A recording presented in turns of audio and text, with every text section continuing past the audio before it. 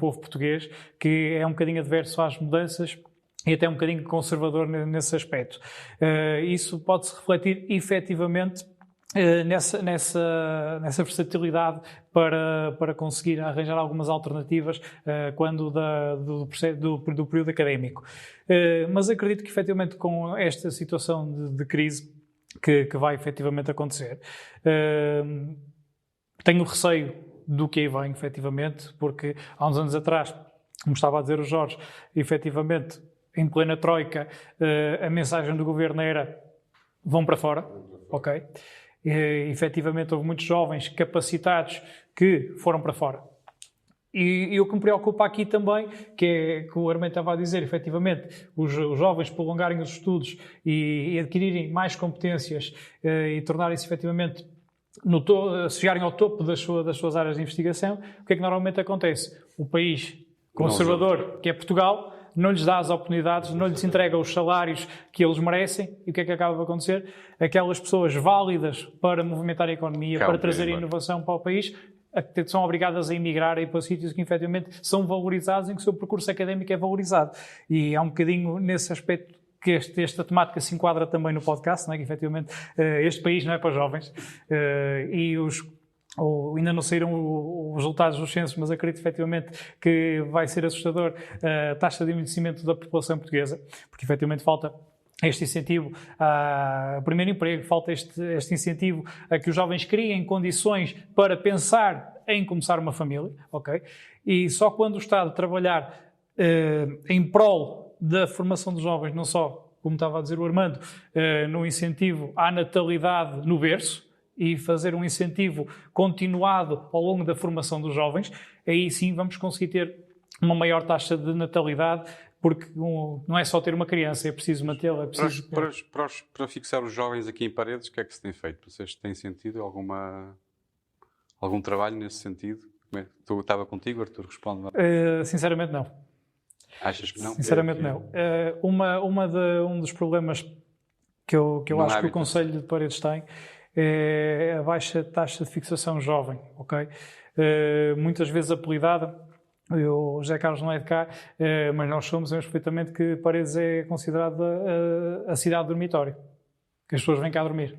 Não se passa nada, não há nada que vá efetivamente cativar os jovens a permanecerem cá, não há nada que cative os jovens a fazerem as suas atividades lúdicas cá. Não existe, até há bem pouco tempo, para ter uma ideia, parte da atividade noturna também faz parte da juventude, não é? Não havia um café, não havia um bar aberto até depois da meia-noite. Okay? Era a realidade de Paredes há bem pouco tempo atrás. Antes da pandemia. Não, muito antes da pandemia. É a realidade de Paredes, deve ter mudado mais ou menos há 3, 4 anos. Ainda nem se fala em pandemia. O que é que acontecia? Os jovens de Paredes pegavam no carro, Penafiel, pegavam no carro, Porto. Porque efetivamente Paredes era a cidade do dormitório. E pouco tem sido feito para efetivamente prender os jovens ao Conselho. Não só nessa parte lúdica, mas também na parte do emprego. As oportunidades são escassas. Havia a necessidade de haver um maior incentivo por parte da autarquia para criar, para fomentar postos de trabalho efetivamente apelativos para jovens de Paredes, preferencialmente. Tens essa ideia? Naturalmente. E se me permite, eu até gostava era de dar resposta, e aqui o Artur ajudou-me nessa resposta, relativamente à provocação de há pouco, sobre os jovens já quererem as cortinas e quererem a casa perfeita para poderem se emancipar. E a resposta está no nome deste programa. Este país não é para jovens. Relativamente a Paredes. Naturalmente que a JSD, em particular também eu nas Assembleias Municipais, tem-se batido sobre esta matéria há 4 anos até esta parte. No passado também a JST teve um papel muito importante nas políticas de juventude no Conselho. Mas não se fez? Não se tem feito nada, na tua opinião? De há 4 anos para cá, como se costuma dizer, as políticas de juventude ficaram numa gaveta do vereador. Deixa-me ouvir ali ao Armando. Sentes isso? Sentes que o Paredes ainda não conseguiu fazer suficientemente para ajudar a fixar aqui os jovens, dar as condições para isso? Quer na habitação, quer quer até fazer aí uns bares para o pessoal, não ir para o Porto, nem para Brasil. Eu, relativamente aos bares e aos espaços noturnos, acho que compete mais à iniciativa privada do que a qualquer governo, seja local ou central. Pode dar incentivos, obviamente, claro, mas não parte da iniciativa estatal. Mas nas questões mais relativamente às políticas públicas que têm sido perseguidas, acho que existem algumas que podem, de facto, ajudar a que os jovens cá permaneçam. Desde logo, por exemplo, ao nível da habitação, está prevista a criação de um novo parque habitacional que vai para além daquele que é conhecido para a comunidade cigana, ou seja, o município tem a intenção de alargar a prédios devolutos que existam pelo município. Houve também a redução do IMI para a taxa mínima, que ajuda a que os jovens tenham uma carga fiscal menor. Foi recentemente até notícia, no Verdadeiro Olhar, que houve um investimento por parte da Câmara Municipal que ajudou a criar recentemente 450 postos de trabalho e a manter mais de 1 milhar de postos.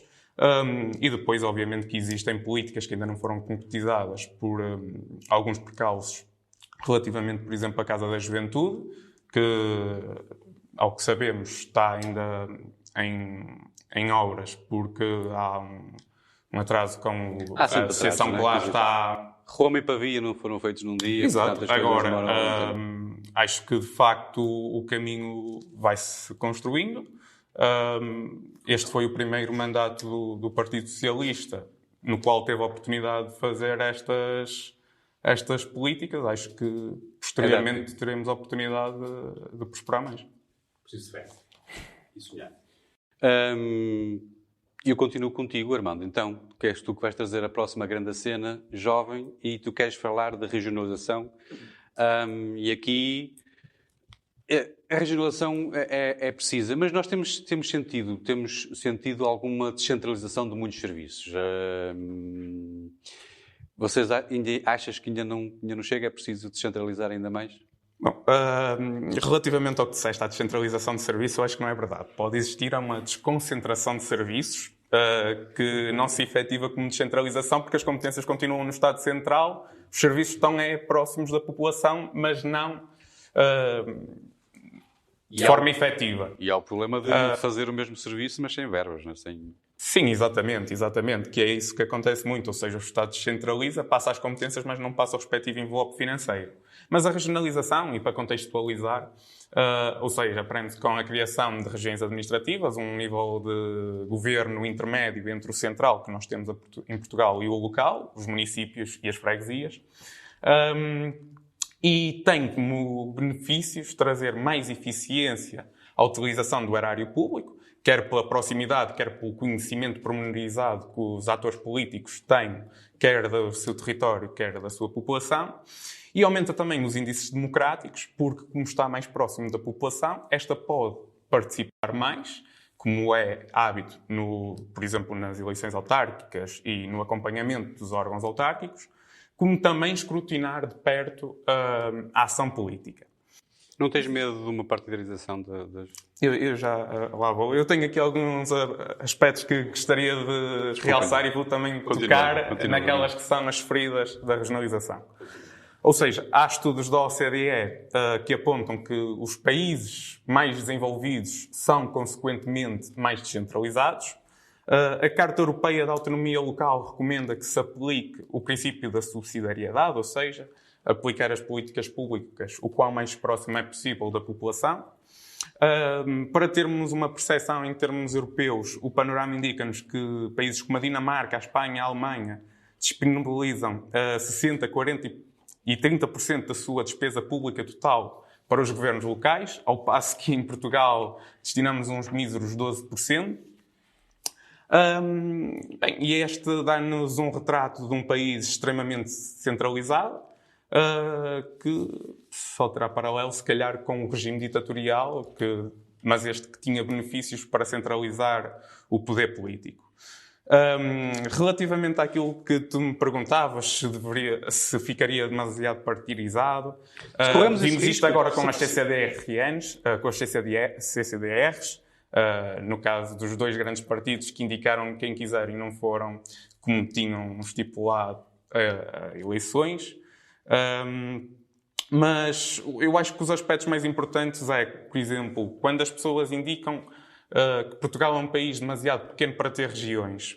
E depois comparamos, por exemplo, com o panorama europeu e vemos que países como a Holanda, a Dinamarca e a República Checa, que são países quer territorialmente, quer demograficamente idênticos ao nosso, e estão regionalizados e têm tido prosperidade. Porquê? Porque, acima de tudo, os governos locais são mais eficientes a gerir o erário público. Depois, se a regionalização não iria dividir e fragmentar o país, como acontece, por exemplo, em Espanha, e iríamos agora querer independência no Norte e no Sul e ninguém ia querer nada com Lisboa. E eu acho que para esta pergunta é necessário reconhecer também a realidade do país vizinho e perceber que temos diferentes comunidades nas quais existem idiomas próprios, nas quais existem culturas muito próprias, nas quais também tinham sistemas educacionais que ensinavam os seus próprios idiomas e que, obviamente, que fomentou esta divisão e não conseguiram formar um único Estado, que era o Estado espanhol, e nós em Portugal acho que não existe este risco. O único idioma para além do português é o mirandês. Não me parece que a população de Miranda queira a independência agora. Já se criou, está-se a criar um disco de jazz cantado em mirandês, portanto, são os primeiros sinais. E relativamente àquela que se calhar será mais sensível sobre o aumento do Estado e mais particularmente a criação de taxas. Eu acho que, por um lado, o crescimento, ou seja, a criação das regiões administrativas e, consequentemente, dos seus governos locais, fará com que o Estado Central diminua. E se formos ver, e é curioso de analisar, por exemplo, programas de partidos liberais, como a Iniciativa Liberal, eles próprios defendem uma maior descentralização. Isto significa o quê? Que, de facto, os recursos são mais bem geridos, de forma mais eficiente, próximo das populações. E depois, claro está, ou seja, os ganhos de eficiência são tão ou mais superiores do que continuarmos a alimentar esta máquina pesada e enorme do Estado Central. E para concluir, porque é que eu trouxe este tema? Porque já em 2019 o nosso Primeiro-Ministro tinha anunciado que não estava na agenda do Governo nem no programa a regionalização. Entretanto, há relativamente poucos dias, o Presidente da República, que é conhecido como um cético da regionalização, indicou que até estaria disponível para, de facto, a discutir. E o Primeiro-Ministro, quando a apresentação da sua candidatura a Secretário-Geral do Partido Socialista, chutou novamente para canto, não lhe disponibilizou um capítulo, disponibilizou apenas um parágrafo, dizendo que no final de 2024 temos condições para promover o debate. Nós podemos analisar cronologicamente e perceber que já em 1976 a imposição de regiões administrativas foi prevista na Constituição da República Portuguesa. Realizou-se em 1998 o referendo para consultar a população se esta queria ou não instituições de regiões administrativas e desde então o debate tem sido nulo. E praticamente o Primeiro-Ministro, que por acaso acho que é socialista. E é socialista, e eu obviamente que faço esta crítica precisamente porque me magoa mais, porque devemos pautar-nos sobretudo por estes valores de proximidade, e o Primeiro-Ministro parece não estar disposto, parece continuar a querer que Lisboa impere como a capital do Império de há uns anos atrás e que continua a tratar o resto do território como província. Artur, tu és a favor ou... Jana, eu até... Não, eu sou a favor, porque efetivamente se nós formos pensar quem é que sente efetivamente a dor das pessoas nos seus locais de residência são as autarquias, são as juntas de freguesia, é o poder local. Mas o que se tem feito, por exemplo, o que se tem feito agora, tentar... repara, a saúde, ainda não tanto, mas a educação, portanto, passou a ser um pouco mais da responsabilidade das câmaras, há outros serviços que estão a ser descentralizados, digamos assim. É já uma ideia de não servirá? Não, isso acho que é uma máscara, só para dar a entender que foi feita alguma coisa, que está a ser feita alguma coisa, quando na realidade não está.